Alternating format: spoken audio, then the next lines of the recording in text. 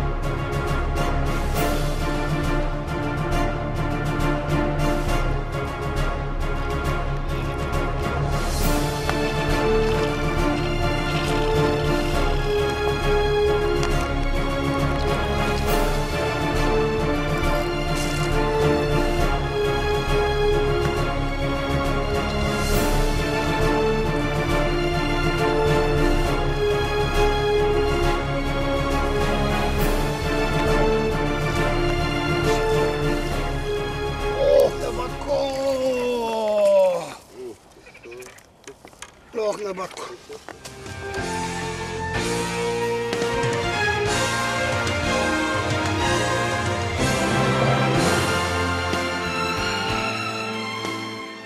Това е един...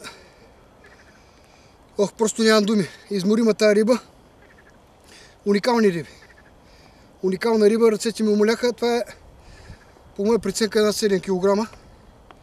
Да не казвам повече. Просто уникална риба. Ще я пускаме направо вътре, защото няма да я мъчим в живарника. Ето, за такива уникални риби става въпрос. Сега се убеждавате и в това сами. Една уникална риба. Нямам представа колко килограма и защо няма да я теглим, направо я пускам вътре. Някой друг да й се радва на хващането. Достатъчно зор ми даде.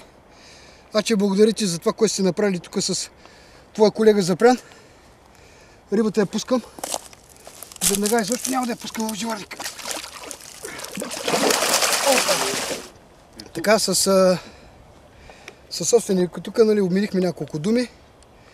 Просто водът е прекрасен от към условия за риболов и от към това, че се зарибява редовно с хубава и качествена риба. И удоволствието от един излет на този воден ще бъде доста голямо. Емоциите ще са гарантирани. Стараем се да поддържаме едно и също ниво през цялата година, да са доволни хората. Аз ти благодаря за гостоприемството. Надявам се в близко време да направим един риболов специално за сом. Предаването стана прекрасно. Доволен съм много от риболова, доволен съм от посрещането, което направихте за нас. Това е, драги зрители, от нас. Гледайте ни следващия път.